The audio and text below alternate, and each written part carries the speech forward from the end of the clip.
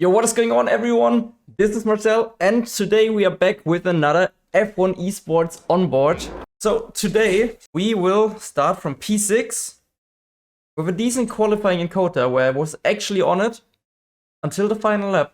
Final lap wasn't bad, but just wasn't fast. And I think also on this track we were lacking again in setups. Hearing the PBs from other teams, we were a bit off.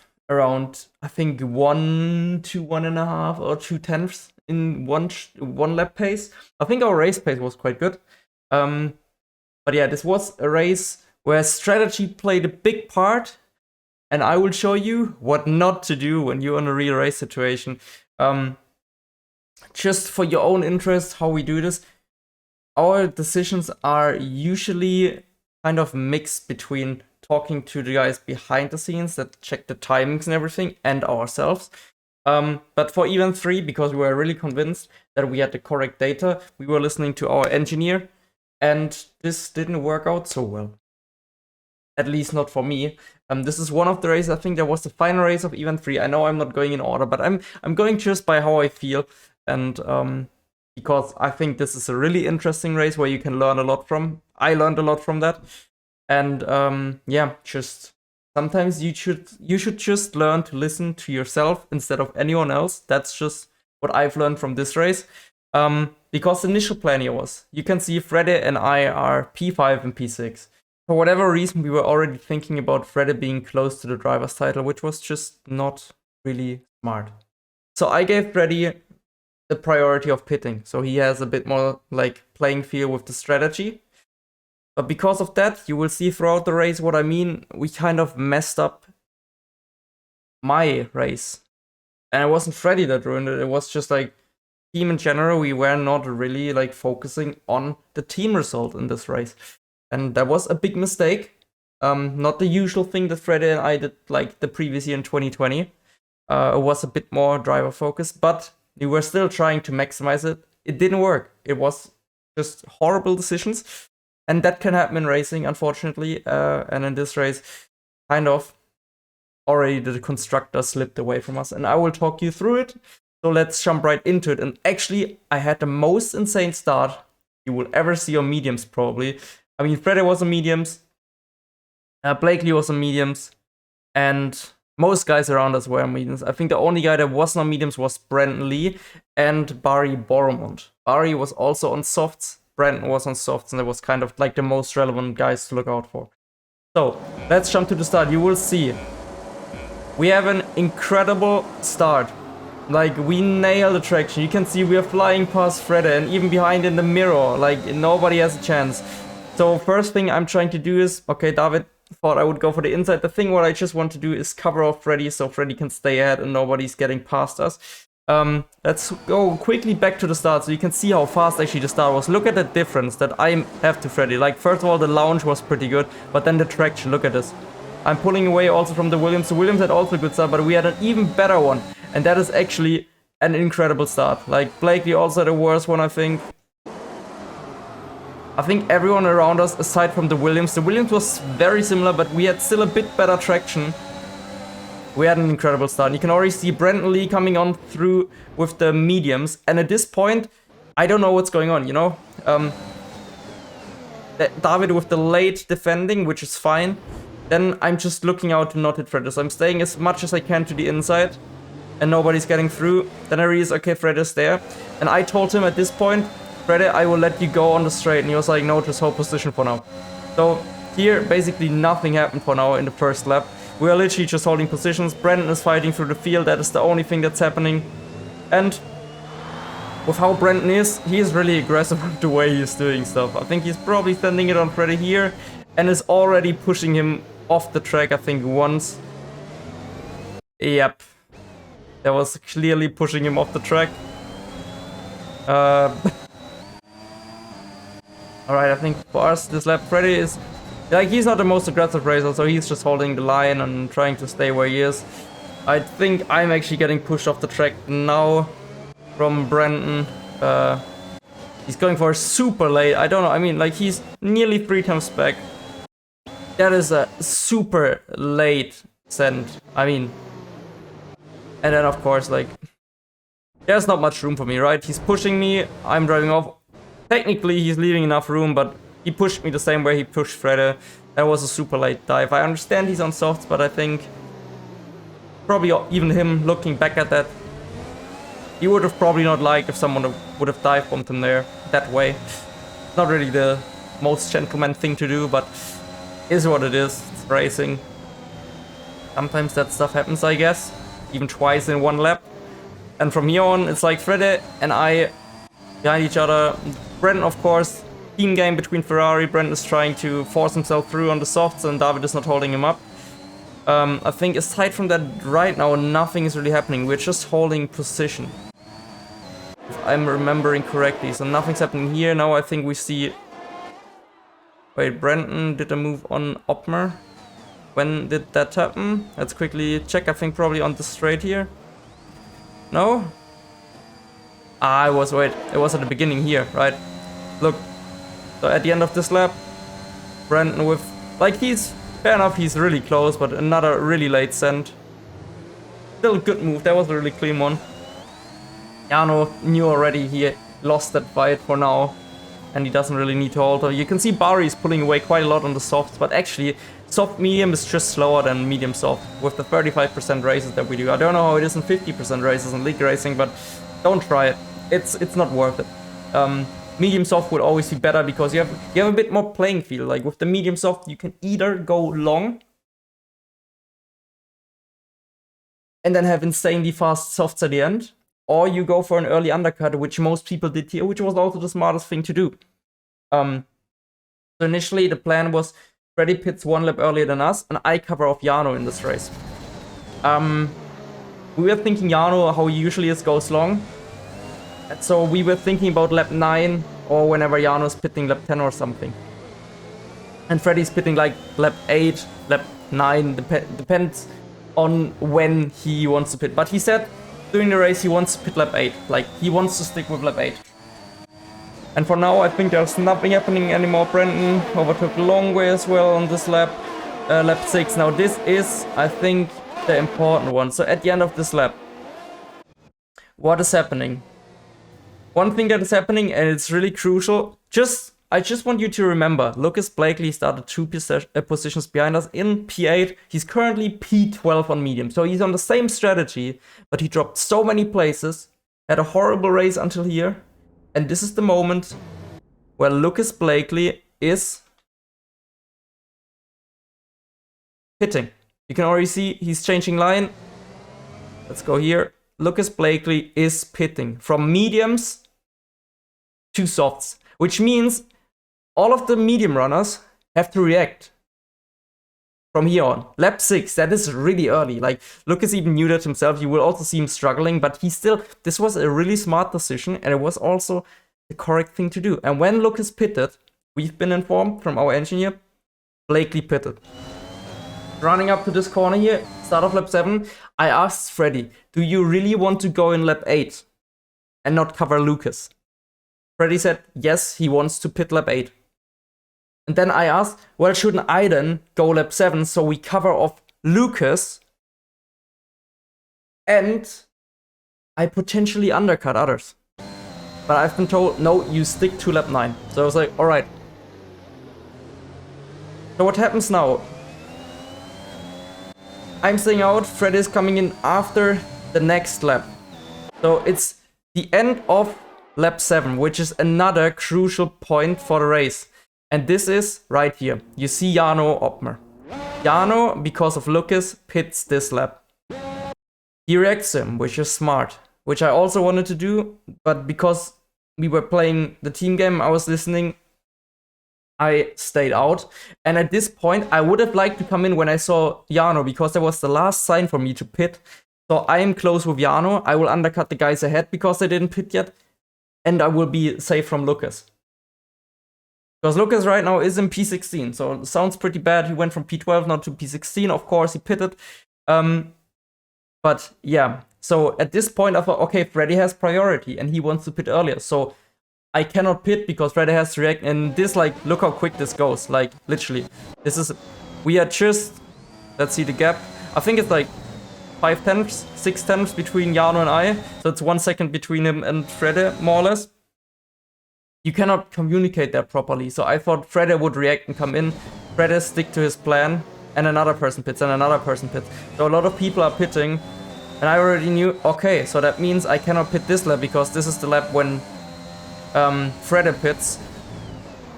And I already got a bit frustrated because I was like, God damn it, this strategy is already ruined again. So at the end of this lap, you can see everyone pitting, including Barry Boromont, from softs to mediums, because he cannot risk that everyone undercuts him. The mediums just won't be fast enough in the end. That's what I mean, like with the soft to medium, you're fairly limited because the medium runners can do whatever they want. They can undercut, they can overcut, they can do whatever they want. They will usually be on the fastest strategy. So these guys are all pitting. Brandon, Longway, and Freddy, including the soft runner Barry. With this, it means David Tunitz and I are the final ones remaining, whilst everyone else behind is already... Like, if you look at this now, which is also really important, I want to see when is Jano passing Longway, because Jano is technically taking the medium to soft runner lead. Watch out, this is right now. Let's jump to someone where we can see it. So this is Jano, alright? There's Longway. Longway literally just accelerates. Jano is probably already 5 tenths or something ahead, and if we continue this until here, let's go back to Jano. Jano is here, Longway is there. If you remember correctly where I was compared to Jano, I would have probably been around here maybe from Jano. That's where Longway is, so I would have been net P2 or net P2 on the medium runners because Boromont is still ahead, but Boromont is quite limited like Barry with his strategy, so we threw away a safe podium or potential win. Big time. And this is the point, I had a penalty in this race, but I didn't have the penalty yet. I had one warning, I think, at this point. And look where Lucas Blakely is. So he went from P12 to P3. Because Brandon is not in the mix for the win, or the podium. He has mediums. He's out of this race. This is game over for him already. He's technically P3 from these guys, and then there's Boromont. He's like not even that far away. Jano will literally just catch him up because of his soft advantage. And we are still going. So you can imagine how frustrating this was for me, knowing I would have been P2, I would have been behind Jano. Now because of Brandon and Lucas being on already a bit older softs and Brandon being on slow mediums but ahead of Lucas. So we are here and jumping to the end of this lap, we are pitting, right? So Lucas is now ahead of Brandon. So, and this is a thing. Where is it? Can I press quickly? No, I cannot go to camera mode in pit lane. Okay. Doesn't matter. So, you can see we are just like falling down the order. We are falling down more and more and more and more and more. So we are already behind now Jano, Longway, Blakely. Just reminder, I was in P5 at the start of the race. Blakely was P12 after the order was kind of shuffled around. And look where we are now. We even got undercut from Sebastian Job, who was, I think, P9 or something. And then the thing is, not that I have a big soft advantage. Tunitza, the guy ahead, is on literally the same compound, same lap. So my pace gets dictated by whatever David does. And David was known this year for having, or at least Ferrari, for not having the best race pace, with setups probably. Now look at this. The gap between Lucas Blakely, Longway, and Oppmer. There's a leading pack. Longway, Oppmer, Barry. It would have been Barry, Oppmer, me. I would have done what I wanted to do. Hitting same lap as Jano. So it would have been net P3.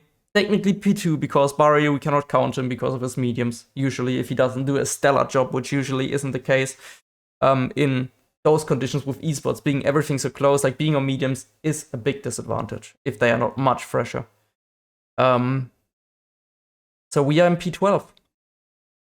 And if we like get rid of the 3 front runners which haven't pitted yet, we are P9. So we went from P5 to P9 on track. now stuck behind David, not being able to do anything. And also, we only have 33% ERS because, of course, in our in-lap we are pushing to minimize the overcut. The undercut from the others, so... This race was over. 10 laps to go, I'm in P9, I have one warning, then there's a game glitch. I don't know which lap it was, I think lap 14, you can see ahead, like Brandon, that was a beautiful overtake from Freddy where he overtook both Lucas and Brandon.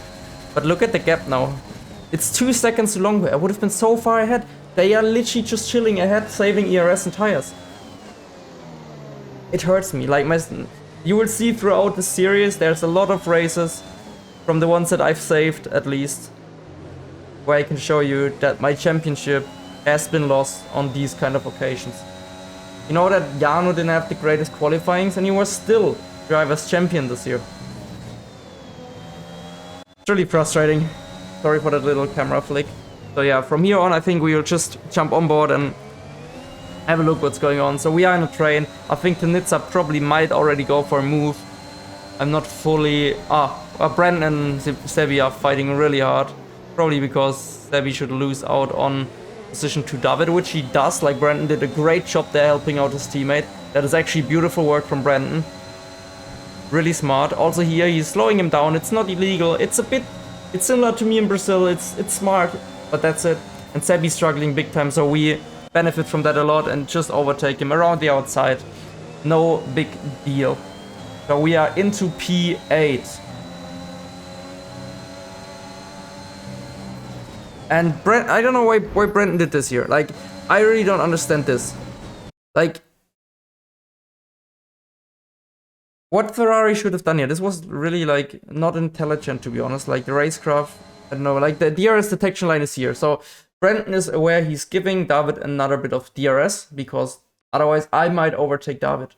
But instead of Brendan just staying ahead and David then driving through, and they could block me on the straight in some way, he's literally risking that I also go through, and that's exactly what happens. Look at this. And he notices it, and with this, just pushes me off the track fully again. Like, there's no space. Literally, zero space.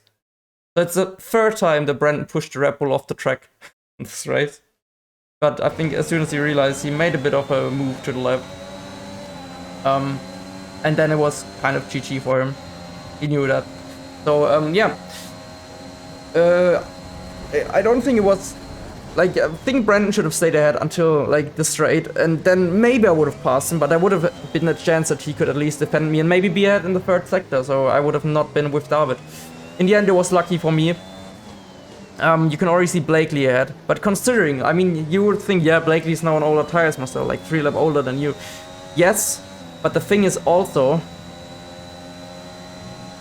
He has the track position, and it will be a DRS train at the end.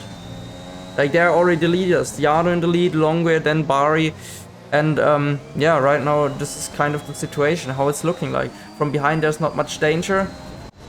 It's Brandon on mediums. Like, Brandon is literally limited there. You can see we are pulling away from him. It's just normal. I'm trying to, like, make moves on David. I think David had more downforce, so, like, we were fast on the straights again, similar to Brazil, to most people, but not by much. I think just Ferrari were running a lot of downforce. You can see him pulling away quite a bit here in this section. And with that, then, like, I'm just not getting enough traction out of the hairpin to have a good run on him. I'm trying everything. I'm literally within 4/10, spamming my ERS tiny bit. You can see you both don't use ERS and I'm gaining in the DRS. We are also a bit closer, but you can also see right ahead, Blakely had a bit of blinking, so Blakely's also below 10% ERS. Blakely's really struggling, but he has track position. He went technically to P12, like actual on track. And now he's back to technically P4, I think, yeah. P4, P3. P5, sorry. Which is an amazing recovery for him. Like, literally amazing. Just great stuff, and all done by strategy. I mean, you cannot do it better than that. It's way easier than risking anything, and with this, like, knowing also David is here, like in the same boat like I am, I want to get past David because I notice I have a bit more pace than him, but David also wants to stay ahead of me because he knows as soon as I'm past it will be hard for him to overtake me, and it's just like, we were both kind of screwed. Honestly, David and my strategy didn't really make sense. I'm also surprised that David went that long. Because Brandon was, I guess they were trying to, like, hoping that Brandon could slow them down a bit more, but yeah, didn't really work. You can see how tight it is. It's actually 3 seconds or something from me to Riano. It's crazy close, like one mistake and someone is going through. So nothing is happening here. I'm trying again to get close to David. I was trying every single lap. Then using a bit of ERS, I think. Sometimes I used a bit more. Yeah, I think on this, I used a tiny bit more. But I couldn't risk too much because I have 15%. With 15%, you cannot really play around. If you lose it once, then it's like GG. And behind, we had a big gap because of Brandon. And the runners behind us, 2.5 to Sebi. Like, it was actually just our pack and that was it. Of course, now also Moreno and these guys pitted like really late for softs and they will have super fast tires, will also be behind us at the end, but not really a threat. They still did a good job with their strategy. Whilst here, I think nothing's happening. Do I get my game glitch cut now? No, I think it's next lap. Excuse me. So here, again, nothing is happening. We can literally, this is literally just a replay of every single lap, because every single time the same thing's happening. But now David is close to Lucas, which is important. Now David is of course pushing. I'm just thinking, let's save the ERS. I will not go past. So David will go ahead of Lucas, but Lucas will be able to easily stay with him. You can see Lucas still on low ERS, and look how close everyone is ahead. This is literally like 2 seconds maybe to Jano from me, or 2.5. If something happens, we are right there. But that's what I mean. We would have the track position if we would have pitted lap 7 easily. So it would have been at least a podium, if not the race win. And I was really good on USA, so I was really disappointed with what we did there. Felt like we threw away the championship, and in the end, Mercedes had a big gap. I think this is the moment where I get, yeah. Of course, I'm trying to like get a run also on Lucas here, so I'm like trying to focus on the exit, slowing down a bit more, and I get this unfortunate game glitch where, because yeah, so I'm fully off the track, right? But I get 2 warnings, so I had a penalty. Because I already had 1 warning, so I had 2 warnings from this one, which was a glitch and got removed in the end. But I had 1 warning from the beginning, and then I was saying already, guys, I don't have 2 warnings. I cannot have a penalty. But then I was thinking, oh, did I? Because I was so focused on so many things that I got confused. And later on, I picked up another unfortunate warning. So the double warning technically counted because 1 warning from this double warning got removed. But then I had 2 more normal warnings. So I got a 3-second penalty. And it was just a mess. This race was literally just the most frustrating thing ever. Well, that's not true. I also had Portimao and a couple more, but I mean with the penalties and everything. I think, yeah, I'm trying to fake Lucas here, didn't really work.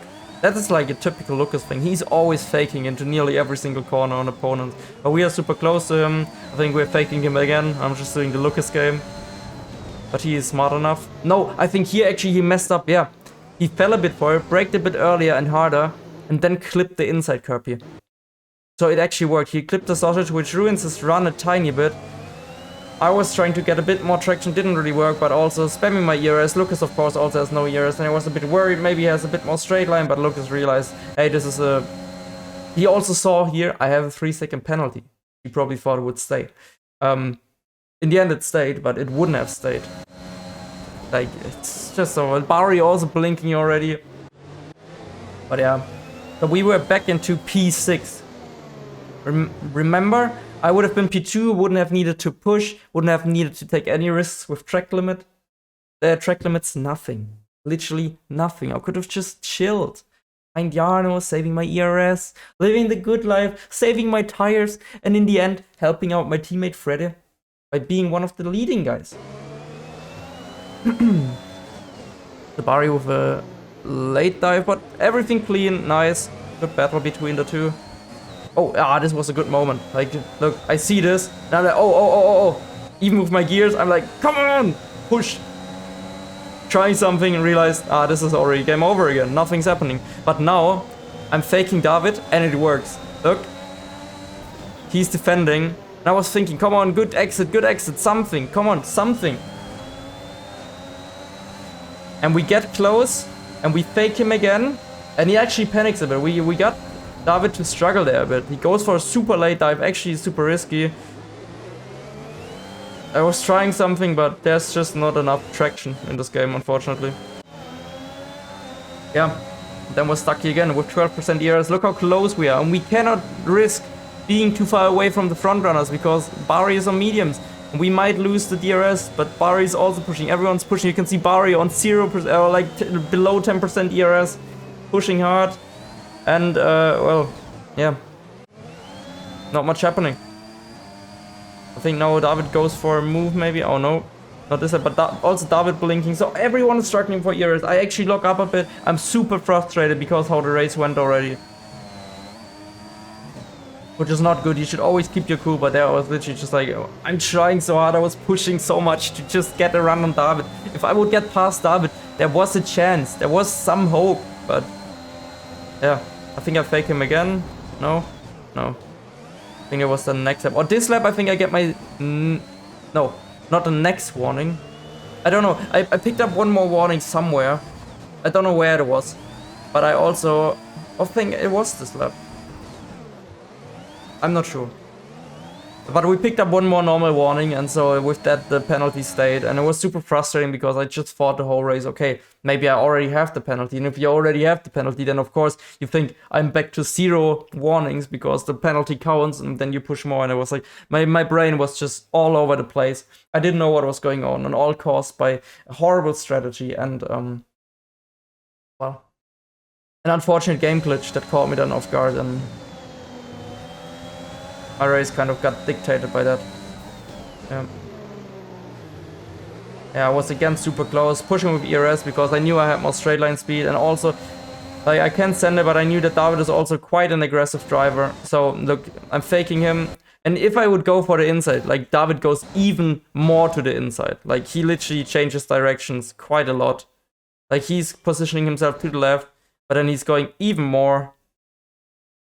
And, yeah. Nowhere to go for me. With that, he's getting close, hitting barrier. I thought, like, maybe a switchback, tap him a tiny bit, nothing I can do. Nothing is working. Blakeby's just sitting there waiting for my penalty to be applied at the end of the race. The lap 18, I think I might get a run on David here. And I actually, hands up, I pushed him a bit off the track, unfortunately. We were, of course, racing on the limit here. Both braking hyper late. Me on the inside super late. With that, you can see I push him off, but then I realized that, and I like back a bit out, go a bit to the left so he can come back, brake a bit earlier so he can get fully alongside so we can continue our battle. And now David pushes me off, not on purpose, I think. It's just like this physics, like it wasn't intentional from David to push me off here. But if you see the physics, like we get kind of stuck. This car twitches a bit to the left, so it carries a bit of like energy. And like that swings his like rear around against me a tiny bit, and with that I get pushed over here. Like there's not much space then with that. So they removed this warning. This was not the warning. The warning was somewhere before. I don't know where it was, but this warning got removed, and the double warning got removed. So I had a total of 3 warnings, which is unlucky. In this case, it was actually unlucky, even though I could have avoided it.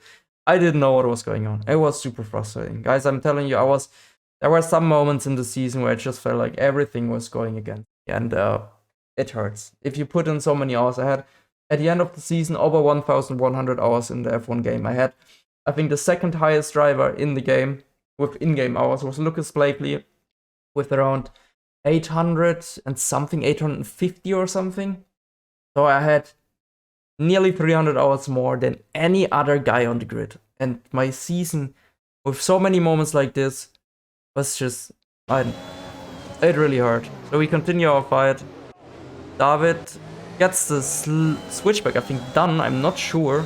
Oh, are we staying ahead? Oh no, we actually made a beautiful move there. I mean, that was a good move. Was it a late dive? No. Like, remember earlier, Brandon was 3 tenths back, we are literally nearly alongside already.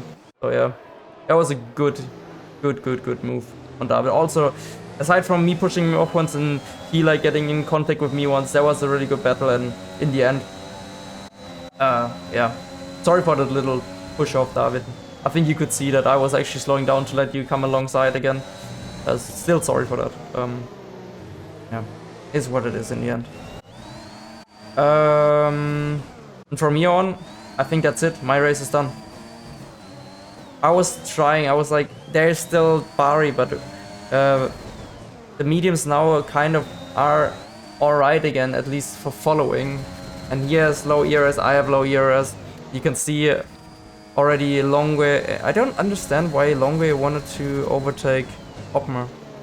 I mean, yeah, Freddy was behind, but I don't know. So yeah, summarize my race was ruined by strategy. That's it. You saw we had a beautiful start. We did everything right in the beginning. If I would have just listened to my gut, we would have probably been a race winner. The second time race winner this season. And it could have happened a couple more times this year, unfortunately. And it didn't. So yeah. Nothing I could do here. Just sitting here now, it's a train, low on ERS. Tires are kind of slowly giving up. Like, we are even pulling away from David. Even though we put it on the same lap. There you could see we had a slight pace advantage. He catches up a tiny bit again because of his higher downforce. And now this is the moment where everyone got confused. Like when Nicolas Longue braked after the DRS detection, and with that letting both Freddy and Jarno through. He really messed it up there. That was unbelievable. But yeah. Also surprised that Freddy didn't even try to go for a move anymore. He literally just took the racing line. You can see that here. He didn't even try. I don't know. So we stayed in exactly this order, and then of course my 3-second penalty got applied, and we dropped to P9 in the end. Bari again, like a bit more defensive because he didn't want to lose that position anymore. Understandable. Would also not have mattered for us, and this is the end of the race. So summarized, like I said, strategy ruined it for me, and I couldn't do much about it, unfortunately. You can see me drop down the order, down to P9. And this is the maximum result that we can get. And with that, both Mercedes outscore both Red Bulls in some way. Dani behind Freddy, but at least one Mercedes outscores one Red Bull driver each. With Jarno being the race winner, that's a lot of points. And kind of the season already turned into a really, really dark phase for us. And unfortunately, we didn't bounce back, as you probably know. Yeah. But so, like I said, sometimes trust your gut. Don't always listen to others. Even though you should always be willing to work in a team and stuff. Sometimes actually listening to your own experience and what you think is right is important to maximize results. But yeah, at Red Bull, we win and lose as a team. So, messed up in this race, in a couple more races this year. And it hurts. And it will still hurt for a while. But we had the pace. And that's what matters in the end, right? Even though we didn't win, we still knew we had the pace to do some great things this year. We showed that particularly in Event 2, where things were more or less back to 2020, and then had these kind of new approaches in the final event, which didn't pay off. But yeah, I hope you've enjoyed another F1 Esports Onboard. In case you did, consider giving this video a like, subscribe, turn on the bell, comment because it helps the algorithm. Please, please comment for the algorithm. Would be nice. And share this with your league racing friends and racers out there. I think this is actually a really beneficial video. Sometimes it benefits you more to look at mistakes and learn from them. Like analyze what you did wrong so you don't do that in the future anymore. Or you're less likely to do it again. So take your lesson from this video. Don't do it in league racing, especially not in Kota. There was a crash, I didn't even pay attention to that. And I will see you in the next one, everyone. Thank you for the support. And let's go smash it in 2021. Take care, peace, and also check out the socials. Now I have everything covered, I think. Alright, take care, everyone. Have a lovely day, night, morning, whatever. Take care. Until the next video. Peace.